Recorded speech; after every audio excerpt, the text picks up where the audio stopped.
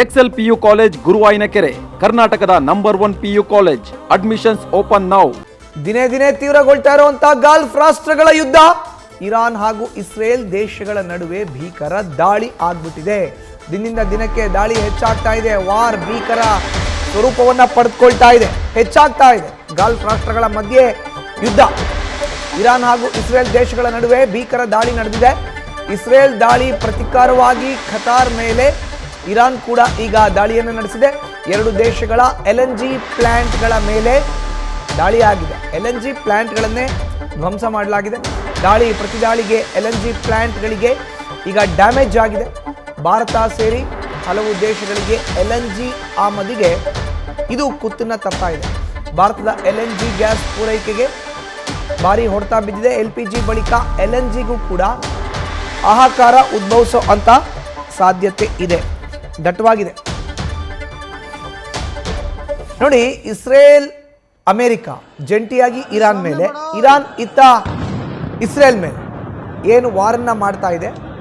ಈಗ LNGಗೂ ಕೂಡ ಅಭಾವ ಸೃಷ್ಟಿಯಾಗಬಹುದು, ಹಾಹಾಕಾರ ಉದ್ಭವಿಸಬಹುದು ಅನ್ನೋ ಆತಂಕ ಕಾಡ್ತಾ ಇದೆ. ಇದೊಂದು ವೇಳೆ ಆಗಿದ್ದೆ ಆದರೆ ಭಾರತಕ್ಕೂ ಕೂಡ ಸಮಸ್ಯೆ ಆಗತ್ತೆ. ಆಮದಿಗೆ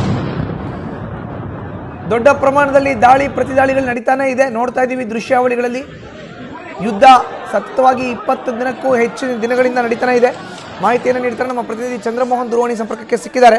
ಚಂದ್ರಮೋಹನ್ನ ಗಲ್ಫ್ ರಾಷ್ಟ್ರಗಳ ಯುದ್ಧ ಭಾರತಕ್ಕೂ ಕೂಡ LPG ಶಾಕ್ ಆಯಿತು. ಈಗ LNGನಲ್ಲೂ ಶಾಕ್ ಸಿಗೋ ಅಂತ ಆತಂಕ ಕಾಡ್ತಾ ಇದೆ. Chandramohan.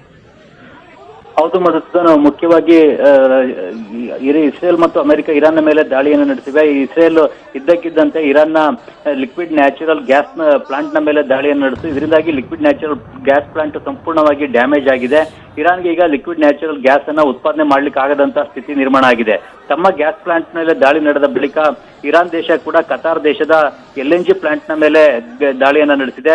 Raas ಲಾಫನ್ ಪ್ರದೇಶದಲ್ಲಿರ್ತಕ್ಕಂಥ LNG gas plant ಮೇಲೆ ಇರಾನ್ ಕೂಡ ದಾಳಿಯನ್ನು ನಡೆಸಿತು ಮತ್ತು ಇದರಿಂದಾಗಿ ಕತಾರ್ ದೇಶಕ್ಕೂ ಕೂಡ ಈಗ ಲಿಕ್ವಿಡ್ ನ್ಯಾಚುರಲ್ ಗ್ಯಾಸ್ ಅನ್ನ ಪ್ರೊಡಕ್ಷನ್ ಮಾಡ್ಲಿಕ್ಕೆ ಆಗದಂತ ಸ್ಥಿತಿ ನಿರ್ಮಾಣ ಆಗಿದೆ. ತನ್ನ ಗ್ಯಾಸ್ ಪ್ಲಾಂಟ್ ಅನ್ನ ಕತಾರ್ ದೇಶ ಕೂಡ ಬಂದ್ ಮಾಡಿದೆ. ಮುಖ್ಯವಾಗಿ ಭಾರತ ದೇಶ ಗ್ಯಾಸ್ಗಾಗಿ ಈ ಒಂದು ಗಲ್ಫ್ ರಾಷ್ಟ್ರಗಳನ್ನ ಸಂಪೂರ್ಣವಾಗಿ ಅವಲಂಬಿಸಿಕೊಂಡಿತ್ತು.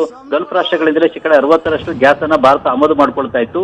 ಈಗ ಏಕಕಾಲಕ್ಕೆ ಇರಾನ್ ಮತ್ತು ಕತಾರ್ ಎರಡೂ ದೇಶಗಳ ಗ್ಯಾಸ್ ಪ್ಲಾಂಟ್ಗಳ ಮೇಲೆ ಪರಸ್ಪರರು ದಾಳಿಯನ್ನ ನಡೆಸಿ ಡ್ಯಾಮೇಜ್ ಅನ್ನ ಮಾಡಿರೋದ್ರಿಂದಾಗಿ ಎರಡೂ ದೇಶಗಳಲ್ಲೂ ಕೂಡ ಗ್ಯಾಸ್ ಉತ್ಪಾದನೆ ಸ್ಥಗಿತ ಆಗಿದೆ. ಇದರ ನೇರವಾದಂತಹ ಪರಿಣಾಮ ಭಾರತದ ಮೇಲೂ ಕೂಡ ಉಂಟಾಗ್ತಾ ಇದೆ.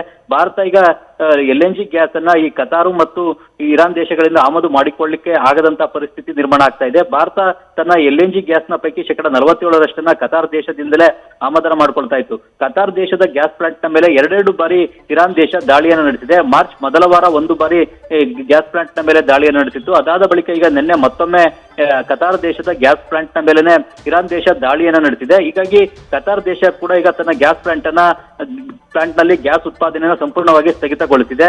ಇದರಿಂದಾಗಿ ಕತಾರ್ ದೇಶದಿಂದಲೂ ಕೂಡ ಗ್ಯಾಸ್ ಅನ್ನ ಆಮದು ಮಾಡಿಕೊಳ್ಳಿಕ್ಕೆ ಆಗದಂತ ಪರಿಸ್ಥಿತಿ ಭಾರತಕ್ಕೆ ನಿರ್ಮಾಣ ಆಗಿದೆ. ಹೀಗಾಗಿ ಭಾರತದಲ್ಲಿ ಈಗ ಲಿಕ್ವಿಡ್ ನ್ಯಾಚುರಲ್ ಗ್ಯಾಸ್ ಅಂದ್ರೆ LNG ಗ್ಯಾಸ್ ನ ಕೊರತೆ ಉಂಟಾಗುತ್ತೆ. ಹೀಗಾಗಿ ಭಾರತ ಬೇರೆ ದೇಶಗಳಿಂದ ಆಮದು ಮಾಡಿಕೊಳ್ಳಿಕ್ಕೂ ಕೂಡ ಈಗಾಗಲೇ ತೀರ್ಮಾನವನ್ನ ತೆಗೆದುಕೊಂಡಿದೆ.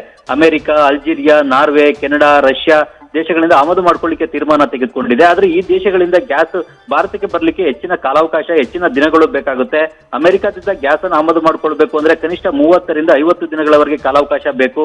ಇನ್ನು ರಷ್ಯಾದಿಂದಲೂ ಕೂಡ 8-10 ದಿನಗಳ ಕಾಲಾವಕಾಶ ಬೇಕು.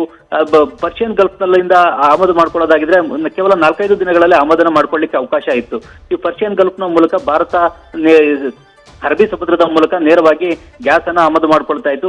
ಪರ್ಷಿಯನ್ ಗಲ್ಫ್ ನ ಮೂಲಕ ಬೇಗ ಗ್ಯಾಸ್ ಭಾರತಕ್ಕೆ ಬರ್ತಾ ಇತ್ತು. ಆದ್ರೀಗ ದೂರದ ದೇಶಗಳಿಂದ ಗ್ಯಾಸ್ ಅನ್ನ ಆಮದು ಮಾಡ್ಕೊಳ್ಳಿಕ್ಕೆ ಹೆಚ್ಚಿನ ಕಾಲಾವಕಾಶ, ಸಮಯ ಬೇಕಾಗುತ್ತೆ. ಹಾಗಾಗಿ ಭಾರತದಲ್ಲಿ ಇನ್ನೂ ಸ್ವಲ್ಪ ದಿನಗಳ ಕಾಲ ಈ ಗ್ಯಾಸ್ ನ ಕೊರತೆ ಮುಂದುವರಿಯುವಂತಹ ಸಾಧ್ಯತೆಗಳು ಕೂಡ ಕಂಡು ಬರ್ತಾ ಇವೆ. ಯಾಕೆಂದ್ರೆ ಹತ್ತಿರದಲ್ಲಿರ್ತಕ್ಕಂಥ ರಾಷ್ಟ್ರಗಳಲ್ಲಿ ಗ್ಯಾಸ್ ಸಿಗ್ತಾ ಇಲ್ಲ, ದೂರದ ದೇಶಗಳಿಂದ ಆಮದನ ಮಾಡ್ಕೊಳ್ಬೇಕಾಗುತ್ತೆ. ಹೀಗಾಗಿ ಹೆಚ್ಚಿನ ಸಮಯ ಈ ಒಂದು ಗ್ಯಾಸ್ ನ ಬಿಕ್ಕಟ್ಟನ್ನ ಬಗೆಹರಿಸಲಿಕ್ಕೂ ಕೂಡ ಈಗ ಬೇಕಾಗುತ್ತೆ. ಮಧುಸೂದನ್. ಚಂದ್ರಮೋಹನ್ ಹಾಗೆ ಸಂಪರ್ಕದಲ್ಲಿ ಇರಿ. ನ್ಯೂಸ್ ಫಸ್ಟ್ ನಿರ್ಭೀತಿಯಿಂದ ನಿಮ್ಮ ಪರವಾಗಿ.